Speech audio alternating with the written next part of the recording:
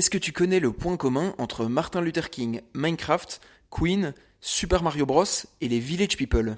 Ok, je sais que dit comme ça peut paraître un peu fou, et pourtant il y en a un, c'est qu'ils ont tous été admis au National Recording Registry des États-Unis. Le registre national des enregistrements, en français, c'est une liste d'enregistrements sonores qui sont considérés comme historiquement, culturellement ou esthétiquement significatifs aux yeux du pays, selon la Bibliothèque du Congrès.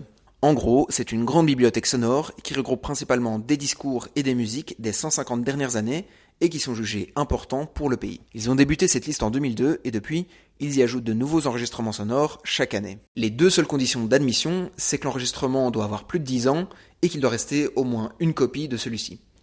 Et ce qui est sympa, c'est que tout le monde peut suggérer des ajouts à la liste, même si à la fin, c'est la bibliothèque du Congrès qui va en sélectionner une vingtaine par an. Dans cette liste, on retrouve donc le célèbre I Have a Dream de Martin Luther King, le YMCA des Village People, Bohemian Rhapsody de Queen, ou encore le thème de Super Mario Bros par Koji Kondo.